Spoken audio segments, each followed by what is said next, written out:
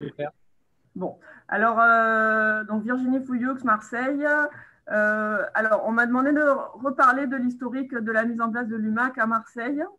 Donc, pour ceux qui étaient là aux premières heures et qui ont déjà vu ces premières présentations il y a maintenant plus de 13 ans, la première UMAC à Marseille, c'était avec Olivier Guèze, un mercredi en 2017, où on avait eu un appel à 15 heures du CH de Montpellier pour une enfant qui était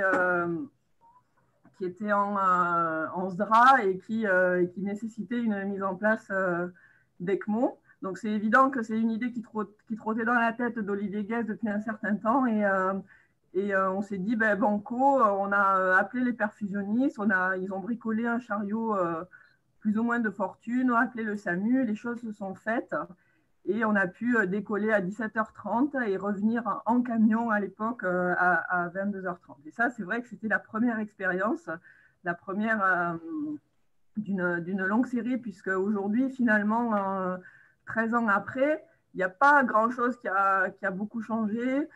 Comment ça se passe? C'est un appel qui, en général, arrive à la réanimation.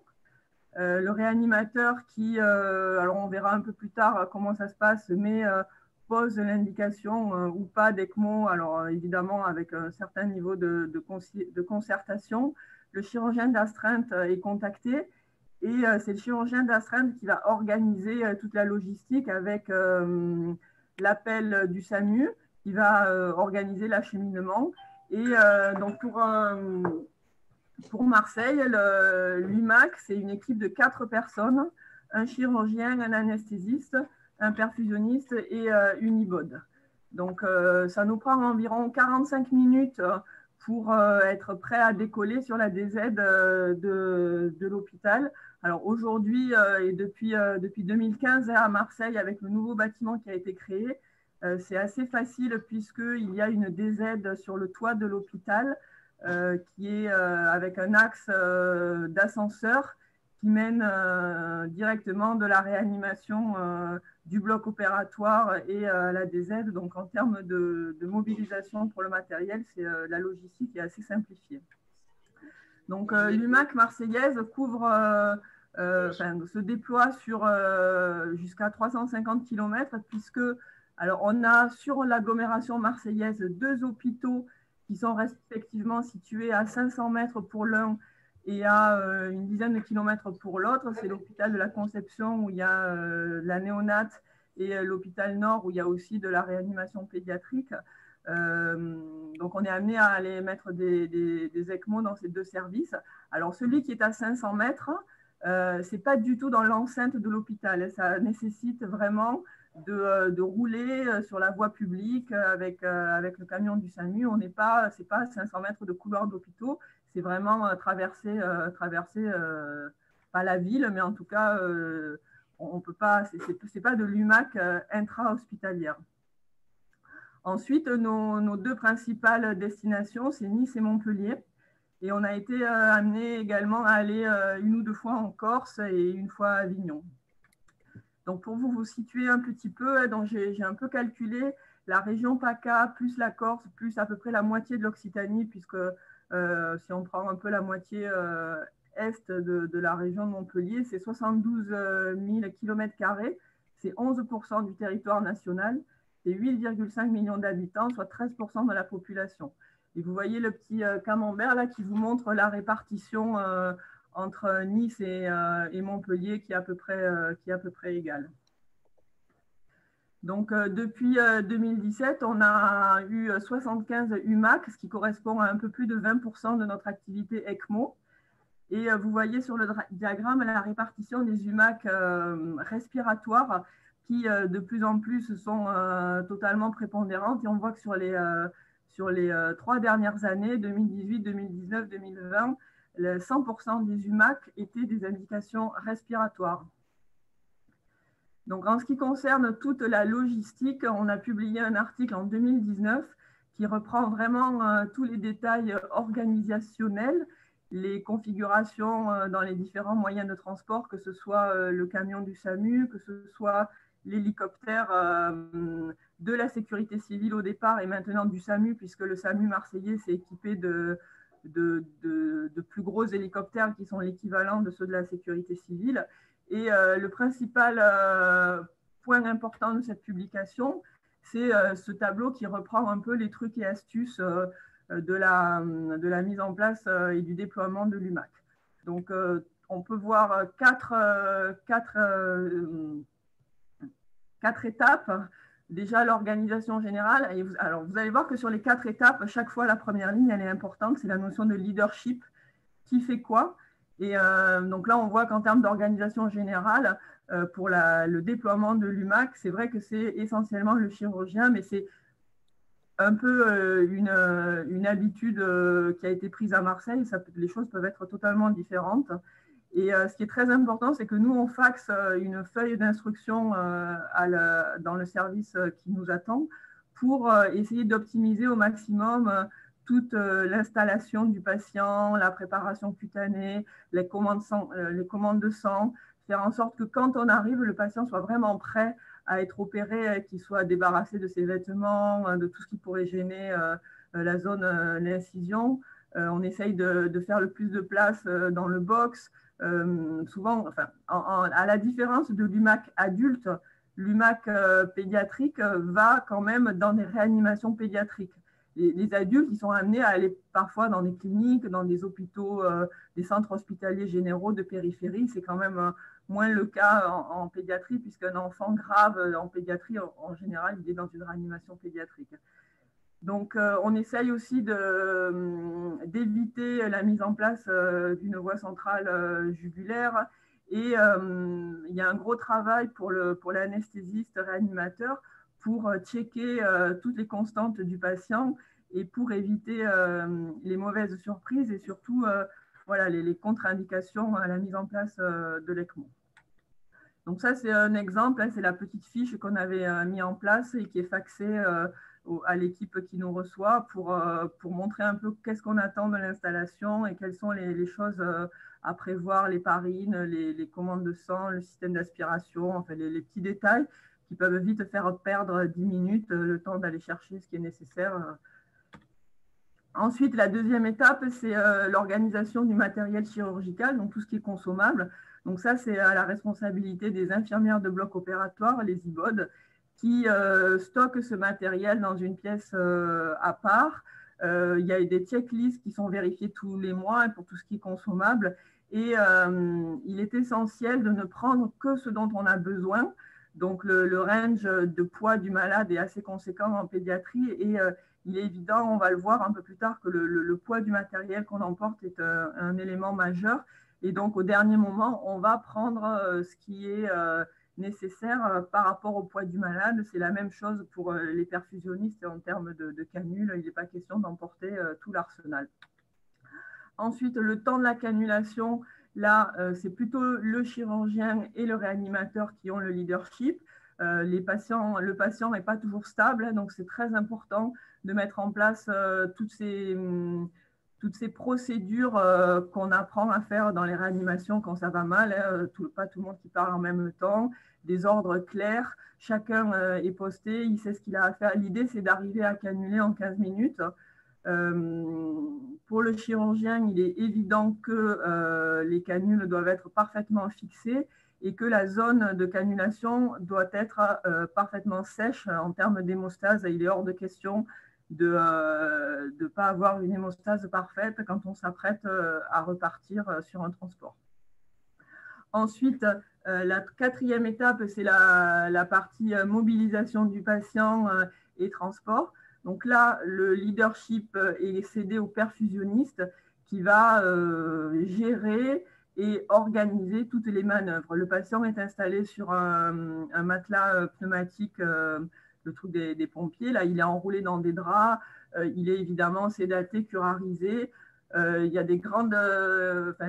l'expérience nous a appris à faire extrêmement attention à tout ce qui est porte automatique, cage d'ascenseur, les couloirs qui peuvent être traîtres. Et quand on transporte des tout petits bébés, la question se pose d'emporter une chaufferette, puisque la déperdition thermique va être tout à fait significative sur ces petits bébés. être bien certain qu'en termes d'électricité, on aura l'autonomie, les possibilités de branchement nécessaires, que ce soit dans le camion du SAMU ou dans l'hélicoptère.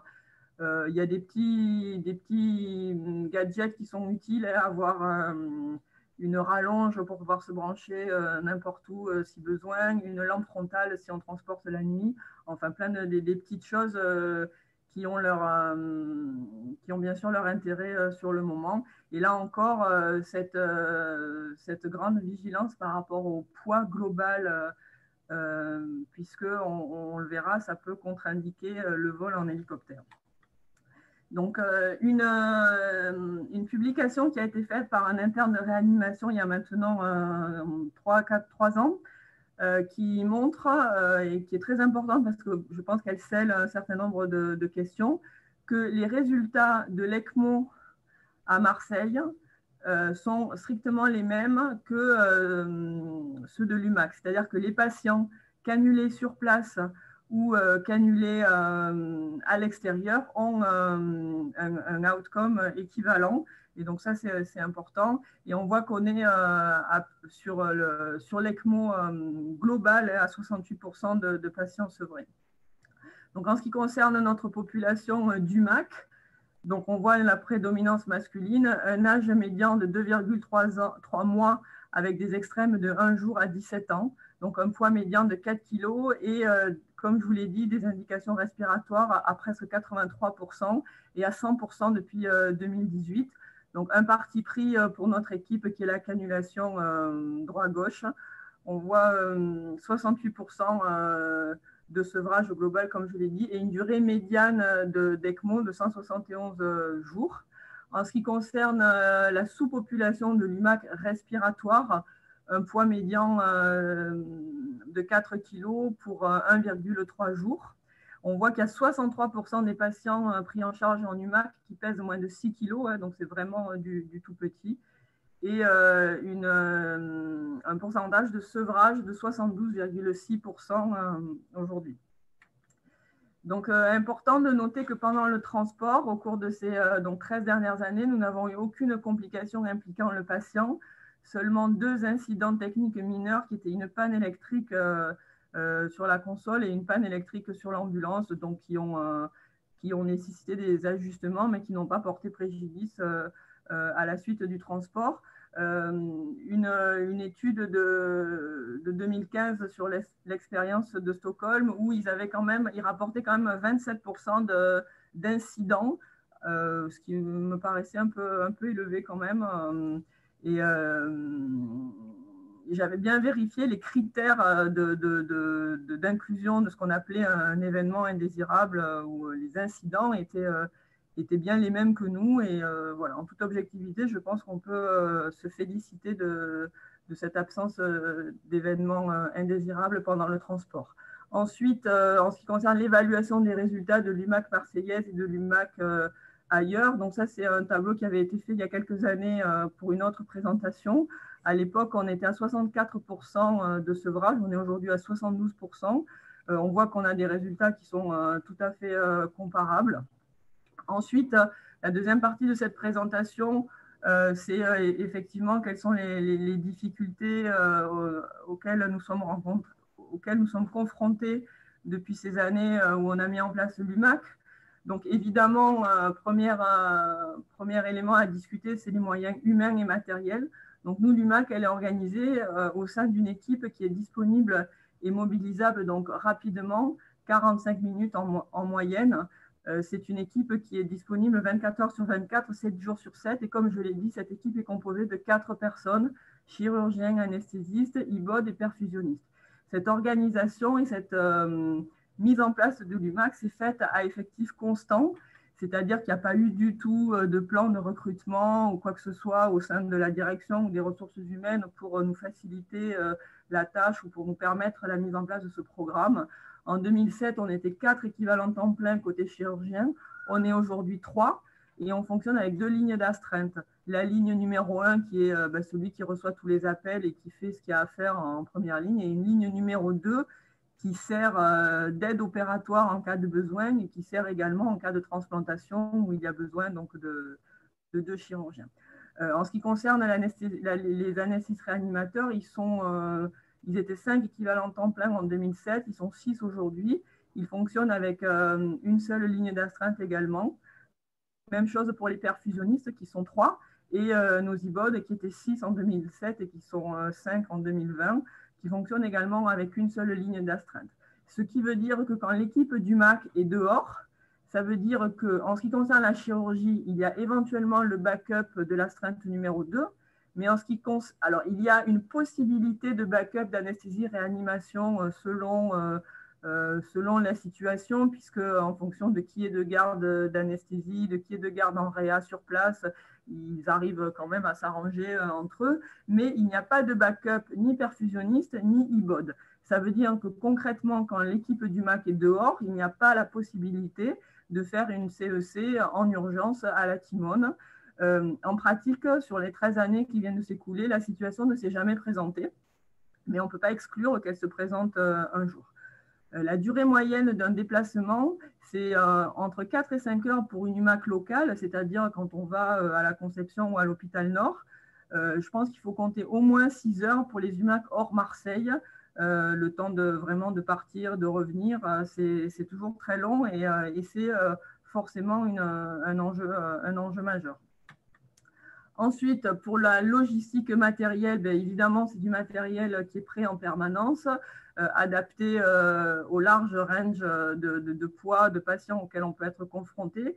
C'est une console d'assistance qui est contrôlée, qui est entretenue. C'est de l'usage unique qui est prévu. Vous voyez les petites photos, on a des barquettes où tout le matériel infirmier est prêt, avec un lieu de stockage dédié.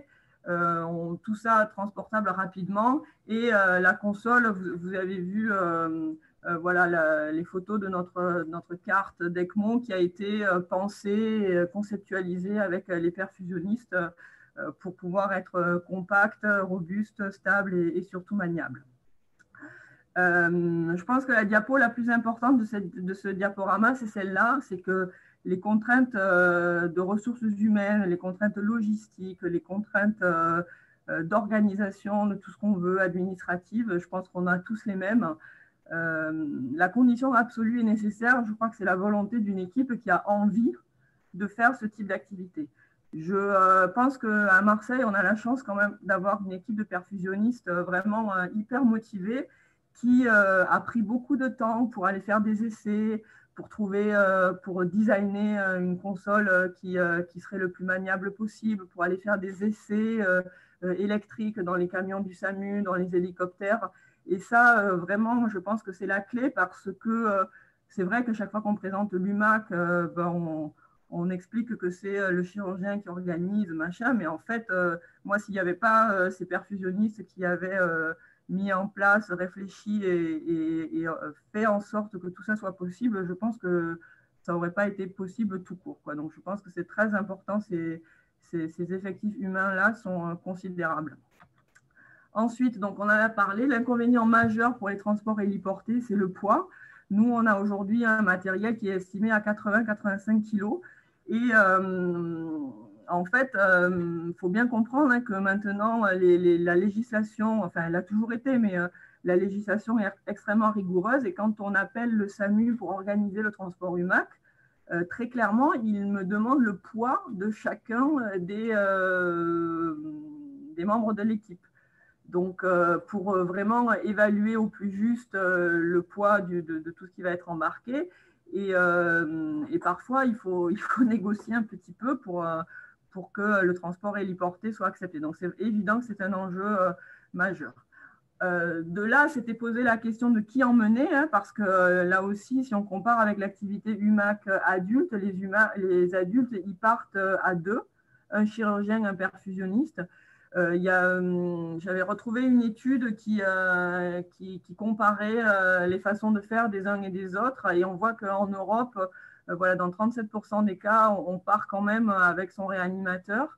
L'IBOD, on voit qu'elle est beaucoup plus superflue dans les études. Alors pour nous, on avait discuté et pour moi, il me paraît impératif vraiment de garder cette équipe au complet. Et donc, on n'a pas, au moment où s'est posé la question du SAMU, qui n'avait pas encore acquis ces 2 nouveaux hélicoptères, on préférait y aller en camion plutôt que partir sans infirmière de bloc. Parce que sur des tout petits bébés, la cannulation, même si en général, elle ne pose pas de difficultés, c'est un enjeu technique qui est majeur. On ne peut pas imaginer que ça ne soit pas fait dans les bonnes conditions. Et donc, on n'a pas souhaité transiger sur la composition de l'équipe. Ensuite, une autre difficulté majeure, c'est évidemment l'expertise médicale à distance du patient, les indications par excès, les indications trop tardives. Le but étant d'avoir l'indication juste. Donc là, c'est pleinement le rôle du réanimateur qui reçoit l'appel et qui va recueillir toutes les informations pour juger du bien fondé de l'indication. Il nous est arrivé 2 ou 3 fois, je crois, d'arriver sur place et après des manœuvres de réanimation plus classiques, de ne pas poser l'ECMO. La difficulté aussi, c'est quand on arrive, c'est toujours un peu la surprise parce que le tableau n'est pas forcément celui qui avait été décrit par téléphone malgré toutes les questions qu'on a pu poser. Il peut y avoir un nouvel événement survenu pendant le transport à l'aller et notamment des dégradations qui font qu'une fois qu'on arrive, c'est trop tard. Alors ça, c'est des situations toujours un peu difficiles à gérer pour l'équipe locale, pour nous. Et je crois qu'avec le recul, on sait qu'il nous est arrivé de poser des ECMO, de repartir avec l'enfant en étant bien convaincu que malheureusement, on était arrivé un peu trop tard. Donc, les 3 axes principaux d'amélioration qu'on peut distinguer, donc on l'a vu, c'est le poids et on attend avec impatience des systèmes d'ECMO adaptés à la pédiatrie, aux petits circuits de pédiatrie qui sauront alléger notre cargaison. Le deuxième axe d'accélération, c'est bien sûr les critères d'indication et je pense que ça nécessite une grande collaboration des centres de réanimation entre eux. Et je pense que plus les réanimateurs de chaque centre se connaissent, est à même d'avoir une discussion objective sur le malade, plus ce sera bénéfique. Ça nécessite aussi que les réanimateurs et souvent les pédiatres qui ont en charge ces patients dans des réas hors CHU connaissent bien la pathologie et la réanimation respiratoire du nouveau-né. Et ici, il y a eu une mise en place d'une fiche d'appel UMAC qui n'est pas encore parfaitement bien diffusée, mais dont l'objectif serait que, voilà, que chaque fois qu'un réanimateur ici à Marseille reçoive un appel UMAC, il puisse cocher un certain nombre de critères, ce qui permettrait déjà d'être mieux armé pour poser cette indication et surtout d'avoir une traçabilité des appels UMAC. Ensuite, le troisième axe qu'il me semble on peut améliorer, c'est le temps passé sur place. Et comme on l'a vu, 6 heures, c'est énorme pour une équipe, 6 heures à l'extérieur. Et donc, là aussi, tout ce qui peut faire gagner du temps dans la préparation du patient avant l'arrivée de l'équipe, mais aussi le conditionnement le conditionnement du malade qu'on va faire une fois qu'il est cannulé. Est-ce qu'on a vraiment besoin d'une artère pour rentrer à Marseille? Est-ce qu'on a vraiment besoin d'une voie centrale? Ça, c'est des questions qui sont plus difficiles à résoudre parce que chaque réanimateur qui va être responsable du transport va avoir des besoins, ou en tout cas des réponses différentes à cette question-là. Et là aussi, plus on en fait, plus on se rend compte qu'on est à l'aise dans la gestion des transferts du patient sous ECMO, du brancard, dans l'ambulance, dans l'hélicoptère, toutes ces situations à risque dont on a parlé tout à l'heure, où le perfusionniste mène un peu la chorégraphie de tous ces transferts. Ça aussi, c'est des zones où on peut gagner du temps. Donc, je laisse la suite, puisque un point fondamental de cette activité, bien sûr, c'est l'organisation territoriale et le financement qui paye. J'espère qu'on aura des éléments de réponse tout à l'heure. Et donc, en synthèse, donc vous l'avez vu, une spécificité pédiatrique, évidemment, de l'équipe d'UMAC, des résultats identiques en ce qui concerne l'UMAC et l'ECMO posés à la maison. Une équipe mobile expérimentée est capable de fournir un transport sans risque surajouté. Et on a vu que les indications respiratoires étaient désormais prépondérantes. Donc, est-ce que ça veut dire que les patients en défaillance circulatoire ont une prise en charge qui s'est améliorée? Est-ce que ce sont des patients qui sont transférés plutôt dans les centres ECMO? Ça, c'est des questions qu'on peut se poser, parce que si c'est le cas, est-ce qu'il faut réfléchir aussi à un transfert plus précoce de ces patients qui potentiellement peuvent nécessiter une indication d'ECMO? C'est des questions difficiles, hein. Voilà. Et un point fondamental pour nous, comme je l'ai répété plusieurs fois, c'est cette équipe composée de 4 personnes qui, pour nous, est essentielle. Donc, les difficultés, on l'a vu, c'est le poids du transport quand on fait du transport héliporté, la disponibilité des équipes, bien sûr, la disponibilité des lits d'aval dans la réanimation d'accueil, et ensuite le financement. Voilà pour ce que je voulais vous dire aujourd'hui. Merci. Parfait. Merci beaucoup, Virginie. Merci pour cette grosse expérience, quand même, 70 malades au total. Parce que moi, j'ai refait à Bordeaux notre activité. On est à peu près à la moitié de ce volume d'activité-là. Et c'est toujours intéressant d'avoir votre retour qui est une très belle expérience.